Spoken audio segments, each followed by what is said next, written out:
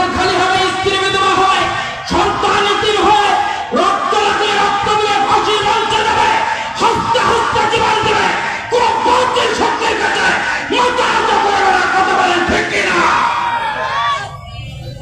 আপনারা সামাজিক যোগাযোগ মাধ্যমে কয়েকদিন আগে দেখেছেন নর্থ সাউথ একজন বিশ্ববিদ্যালয়ের হিন্দু ছাত্র যিনি কোরআনুল কারীমের গায়ে পাড়া দিয়ে কোরআনুল কারীমকে অবমাননার চেষ্টা করেছে। আল্লাহর কসম করে বলছি 90% মুসলমানদের হৃদপিণ্ড কোরআনের গায়ে বড়দের সম্মান করতে বাংলার জমিনে থেকে ফাঁসির মঞ্চে তুলাতে হবে। কথা বলেন ঠিক কিনা? বেটা এত বড় সাহস 90% মুসলমানের কাছে তোমাকে সাহস কে দিয়েছে? বেটা মুসলমানদের কোরআনের গায়ে পাড়া দেওয়ার সাহস তোমাকে কে দিয়েছে? তুমি সাবধান হয়ে যাও।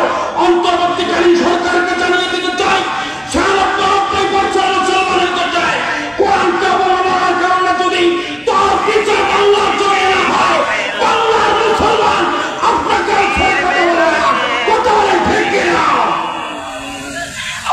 কোরআনের গায়ে সম্মান করার এই দুঃসাহস তোমাকে কে দেখিয়েছে?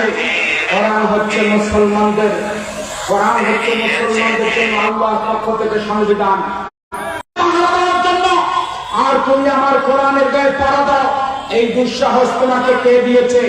দরকার পড়লে মায়ের পেট খালি হবে, সন্তান ইতিম হয়ে কোরআনের অবমাননাকারীকে বাংলার জমিনে আর কোন নাস্তিক মুর্দা কোরআনকে নিয়ে অবমাননা করবে, এটা কেউ আর দেখতে চায় না, চায় না। কথা বলেন ঠিক কিনা? কোরআনকে নিয়ে অবমাননা